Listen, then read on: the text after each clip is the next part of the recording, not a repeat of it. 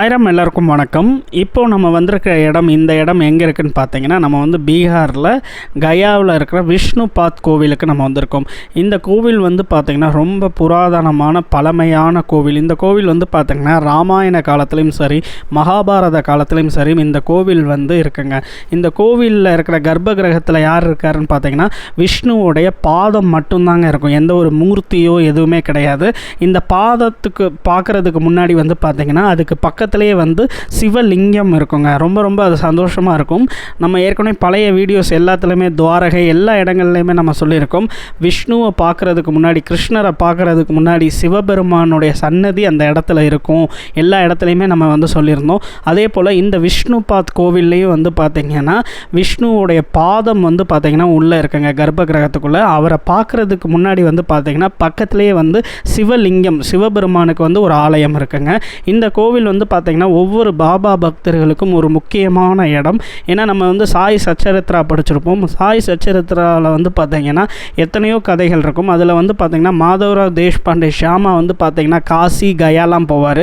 அப்போது கயாவில் அவருக்கு ஏற்பட்ட அற்புதங்களை பற்றி நம்ம படிச்சிருப்போம். அவர் இங்கே தாங்க வந்திருப்பார். இப்படி ஒரு புனிதமான இந்த இடத்துக்கு தான் வந்து அவருக்கு வந்து அவ்வளோ பெரிய அனுபவம் ஏற்பட்டுச்சு. மீதி ரெஸ்ட் ஆஃப் ஸ்டோரிஸ் நீங்கள் சாய் சச்சரிதம் பார்த்து தெரிஞ்சுக்கோங்க. முதல்ல நான் கயாவை பற்றி சொல்லணும். இந்த ஊரோட பேர் வந்து பார்த்திங்கன்னா ஒரு அசுரனுடைய பேரால் தான் இந்த ஊருக்கே இந்த பேர் வச்சுருக்காங்க. கயாசுர் அப்படின்னு ஒரு அசுரன் இருந்தான். அந்த அசுரன் வந்து பார்த்திங்கன்னா தீவிர சிவன் பக்தன். அவன் வந்து பார்த்திங்கன்னா சிவனை நோக்கி கடும் தவம் புரிஞ்சான்.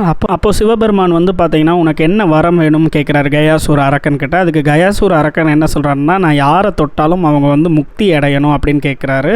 அதே போல் வந்து பார்த்திங்கன்னா கயாசூர் அரக்கன் வந்து பார்த்திங்கன்னா இறக்க போகிறவங்க எல்லாருக்குமே வந்து பார்த்திங்கன்னா அவங்கள தொட்டு அவங்கள வந்து முக்திக்கு நிலைக்கு அனுப்புகிறாரு. அதனால் என்ன ஆகுதுன்னா சொர்க்கலோகத்தில் வந்து பார்த்திங்கன்னா நிறைய பேர் வந்து முக்தி அடைஞ்சவங்களாம் இருக்காங்க. ஆனால் யமலோகத்தில் வந்து பார்த்திங்கன்னா கொஞ்சம் கொஞ்சமாக அந்த பாப்புலேஷன் குறைய ஆரம்பிக்குது. இதை பார்த்த எல்லா ரிஷிகளும் வந்து விஷ்ணு பகவான்கிட்ட ஓடி போய் சொல்கிறாங்க, இந்த மாதிரி கயாசூர்னு ஒரு அரக்கன் வந்து பார்த்திங்கன்னா பூலோகத்தில் இந்த மாதிரி பண்ணிக்கிட்டு இருக்கான், ஏதாச்சும் பண்ணுங்க அப்படின்னோடவும் விஷ்ணு பகவான் இதெல்லாம் கேட்டுட்டு அவர் வந்து பூலோகத்துக்கு இந்த கயாவுக்கு வராரு. இந்த கயாவில் அவர் என்ன பண்ணுறாருன்னு பார்த்திங்கன்னா அவர் விஷ்ணு பகவானாக வராமல் ஒரு முனிவர் ரூபத்தில் வராரு. அப்போ கயாசூர் அரக்கனை பார்த்து சொல்கிறாரு, நான் இந்த கயாவில் வந்து என்னால் எங்கேயுமே வந்து பார்த்தீங்கன்னா ஒரு மெடிடேஷன் பண்ண முடியல, தியான நிலைக்கு போக முடியல, ஒரே டிஸ்டர்பன்ஸாக இருக்குது அப்படின்னு வந்து விஷ்ணு பகவான் வந்து பார்த்திங்கன்னா கேட்குறாரு. அதுக்கு வந்து கயாசூர் அரக்கன் வந்து உங்களுக்கு நான் என்ன செய்யணும் அப்படின்னோடனே எனக்கு ஒரு அமைதியான இடம் நான் மெடிடேஷன் பண்ணுறதுக்கு வேணும் அப்படின்னு கேட்குறாரு. இந்த இடம் தான் வந்து பார்த்திங்கன்னா பல்குனி நதி. இது எல்லாமே வந்து உங்களுக்கு டீட்டெயிலாக எடுத்து சொல்கிறேன். அப்போ வந்து பார்த்திங்கன்னா விஷ்ணு பகவான் வந்து பார்த்திங்கன்னா எனக்கு வந்து ஒரு அமைதியான இடம் வேணும்னு கேட்குறாரு. அதுக்கு வந்து கயாசூர் அரக்கன் வந்து பார்த்திங்கன்னா உங்களுக்கு எந்த மாதிரி இடம் வேணும்னு கேட்குறாரு. எனக்கு டிஸ்டர்பன்ஸே இருக்கக்கூடாது அப்படின்னு கேட்குறாரு. அப்போ அவர் வந்து நான் என்ன பண்ணுறது, நீங்கள் எந்த இடம் கேட்டாலும் ஒரே டிஸ்டர்பன்ஸாக இருக்குதுன்னு சொல்கிறீங்களே, நான் என்ன தான் பண்ணேன் அப்படின்னோடவும் நான் வந்து உன்னோட நெஞ்சில் ஏறி உட்காந்துக்கிறேன், அந்த நெஞ்சு மேலே ஏறி உட்காந்து வந்து நான் மெடிடேஷன் பண்ணுறேன் அப்படின்னு கேட்குறாரு. அதுக்கு கயாசூர் அரக்கனும் வந்து பார்த்திங்கன்னா சரின்னு சொல்கிறாரு. அப்போ அரக்கன் வந்து படுத்துடுறாரு. அரக்கன் நெஞ்சு மேலே விஷ்ணு பகவான் அந்த முனிவர் ரூபத்தில் வந்து விஷ்ணு பகவான் வந்து உட்காந்து மெடிடேஷன் பண்ணிக்கிட்டு இருக்காரு.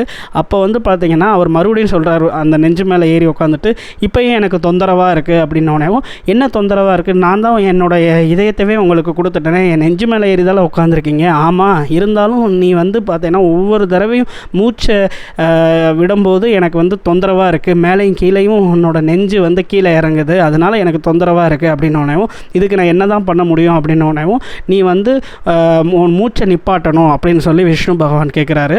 அதுக்கு வந்து பார்த்திங்கன்னா கயாசூர் என்ன சொல்கிறாருன்னா, சரி நீங்கள் என்ன வேணால் பண்ணுங்கள், ஆனால் எனக்கு வலிக்காமல் பண்ணுங்கள் அப்படின்னு சொல்கிறாரு. விஷ்ணு பகவான் என்ன பண்ணுறாருன்னா அவருடைய கால் கட்டை விரலை வச்சு அந்த கயா அசுரனை வந்து அப்படியே வந்து நசுக்கிடுறாரு. நசுக்கணுன்னே பார்த்தீங்கன்னா அந்த இடத்துல வதம் பண்ணிடுறாரு. அப்போது கயாசுர அசுரனுடைய அந்த ஆத்மா வருது. ஆத்மா வந்து கேட்குது, உங்களை நான் வலிக்காமதால் பண்ண சொன்னால் எனக்கு வலி இருந்துச்சே அப்படின்னோடவும் அதுக்கு வந்து விஷ்ணு பகவான் சொல்கிறாரு, யாருமே வலிக்காமல் இறக்க முடியாது, உனக்கு என்ன வரம் வேணும் அப்படின்னு கேட்குறாரு. அதுக்கு வந்து பார்த்திங்கன்னா கயாசுர அசுரன் வந்து என்ன சொல்கிறாருன்னா, இந்த இடம் வந்து என்னுடைய பேரால் இந்த இடம் வந்து இருக்கணும். அது மட்டும் இல்லாமல் இங்கே வர்ற ஒவ்வொரு யாத்ரீகர்களும் ஒவ்வொரு மக்களும் வந்து பார்த்திங்கன்னா அவங்க வந்து பித்ரு காரியம் பண்ணணும்.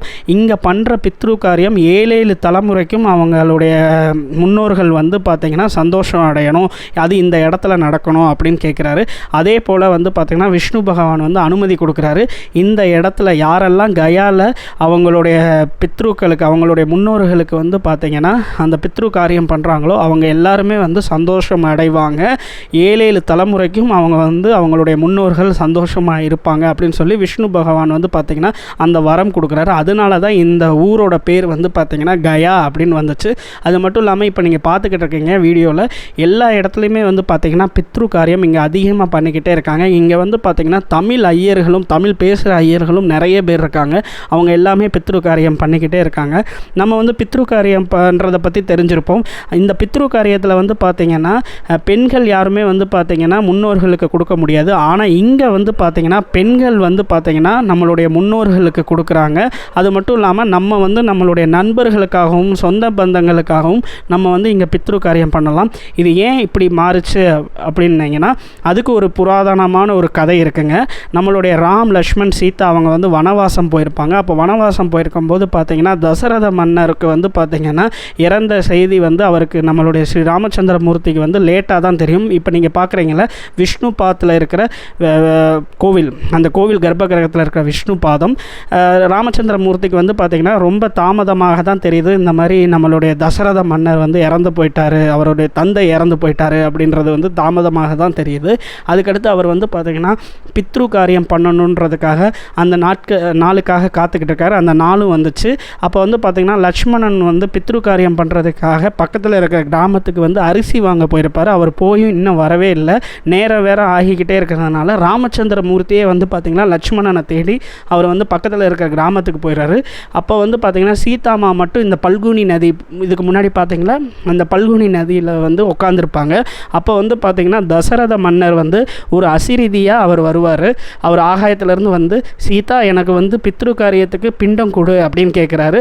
அதுக்கு வந்து பார்த்திங்கன்னா சீதாமா சொல்கிறாங்க, நான் எப்படி கொடுக்க முடியும், என்னுடைய கணவர் அங்கே போயிட்டாரு, நான் எப்படி கொடுக்க முடியும் அப்படின்னோடனே அதுக்கு வந்து தசரத மன்னர் சொல்கிறார், நீ கொடுக்கலாம், நான் அதை வந்து வாங்கிக்கிறேன், எனக்கு ஒரு பிரச்சனையும் இல்லை அப்படி தசரத மன்னர் கேட்குறாரு. அதுக்கு சீதாமாவும் என்ன செய்கிறாங்கன்னா 5 பேரை சாட்சியாக வச்சு தசரத மன்னருக்கு வந்து பார்த்திங்கன்னா அந்த இடத்துல அவங்க வந்து பார்த்திங்கன்னா பிண்டம் கொடுக்குறாங்க. அந்த 5 பேர் சாட்சி யாருன்னு பார்த்திங்கன்னா பல்குனி நதி, இங்கே கோவிலுக்கு பக்கத்தில் இருக்கிற பல்குனி நதி, பசுமாடு, துளசி, அதுக்கு அடுத்து ஒரு அந்தனர், ஒரு ஆலமரம்.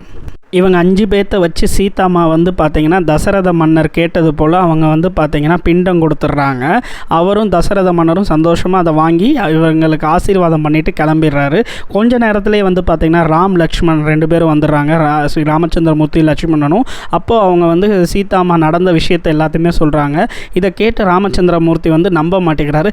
இது வந்து உன்னோட கற்பனையாக இருக்கும், அது எப்படி அவர் வந்து வாங்க முடியும், இவ்வளோ நாள் நாங்கள் இருக்கும்போது எங்ககிட்ட வாங்காமல் எப்படி உங்ககிட்ட வாங்க முடியும் அவர் அப்படின்னு சொல்லி ராமச்சந்திர மூர்த்தி வந்து இதை கேட்கவே இல்லை, இதை நம்பவே இல்லை சீதாமா சொன்னதை. அதுக்கடுத்து அவங்க சாட்சியாக 5 பேர்த்த வச்சுதால பித்ரு காரியம் நம்மளுடைய தசரத மன்னருக்கு கொடுத்தாங்களே அந்த பிண்டம், அதனால் அந்த 5 பேர்த்த வந்து சாட்சியாக கூப்பிட்றாங்க. முதல்ல வந்து துளசியை கூப்பிட்றாங்க. துளசிமா வந்து பார்த்திங்கன்னா பொய் சொல்லிடுறாங்க.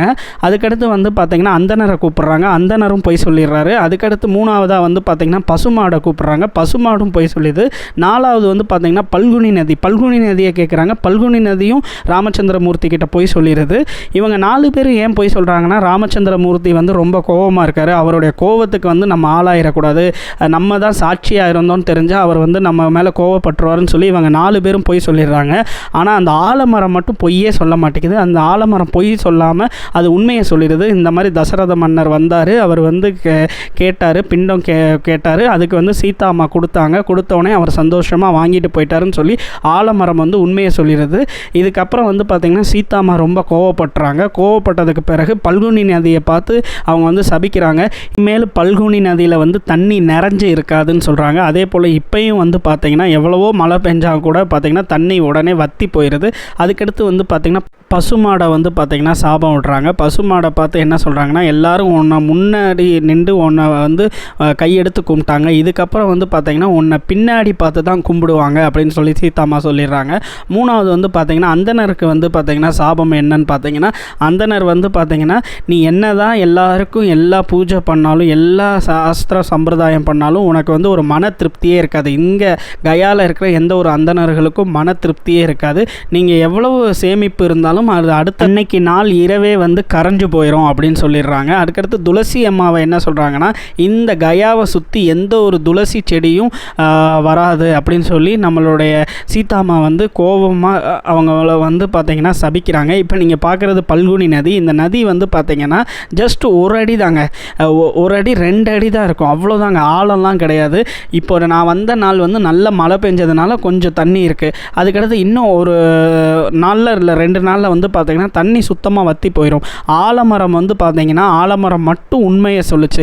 அதனால் ஆலமரத்தை வந்து பார்த்திங்கன்னா நம்மளுடைய சீதாம்மா என்ன சொல்கிறாங்கன்னா, ஆலமரமே நீ மட்டும் உண்மையை சொன்னதுனால இந்த உலகமே அழிஞ்சதுக்கு பிறகு மறுபடியும் இந்த உலகம் உருவாகும் போது இந்த இடத்துல இருந்து தான் இறைவன் வந்து தோன்றுவார் அப்படின்னு சொல்லி சீதாம்மா வந்து பார்த்திங்கன்னா ஆலமரத்தை வந்து பிளஸ் பண்ணுறாங்க. இப்படி தாங்க இந்த இடத்துல வந்து நம்மளுடைய பெண்களும் வந்து பார்த்திங்கன்னா அவங்க வந்து அவங்களுடைய முன்னோர்களுக்கு வந்து பிண்டம் கொடுக்கலாம். இந்த இடத்துல வந்து பார்த்திங்கன்னா நம்ம கொடுத்தோன்னா 7 தலைமுறைக்கும் வந்து பார்த்திங்கன்னா நம்மளுடைய முன்னோர்கள் வந்து சந்தோஷமாக இருப்பாங்க. அவங்களுடைய ஆசீர்வாதம் வந்து பார்த்திங்கன்னா பரிபூரணமாக நமக்கு கிடைக்கும். அப்படி ஒரு முக்கியமான இடம் இந்த இடம். இங்கே தான் நம்மளுடைய மாதவராவ் தேஷ்பாண்டே ஷாமா வந்தாருங்க. இப்படி ஒரு புனிதமான இடம் வந்து பார்த்திங்கன்னா எல்லோரும் வாங்க. ரொம்ப ரொம்ப ஒரு முக்கியமான இடம். நம்மளுடைய முன்னோர்களுக்கு முன்னோர்களுடைய ஆத்மா சாந்தி அடைகிறதுக்காக எல்லோரும் வந்து பார்த்திங்கன்னா இங்கே பிண்டம் கொடுங்க. இங்கே வந்து நிறைய ஐயர்கள் வந்து தமிழ் பேசுகிறாங்க, அதனால் உங்களுக்கு பிரச்சனை இருக்காது. நீங்கள் வந்து கண்டிப்பாக இங்கே வந்து பண்ணுங்கள். ரொம்ப ரொம்ப ஒரு முக்கியமான இடம். மீண்டும் அடுத்த லீலாவில் பார்க்கலாம். எல்லாருக்கும் ரொம்ப ரொம்ப நன்றி. Thank you so much. Jai Sainath.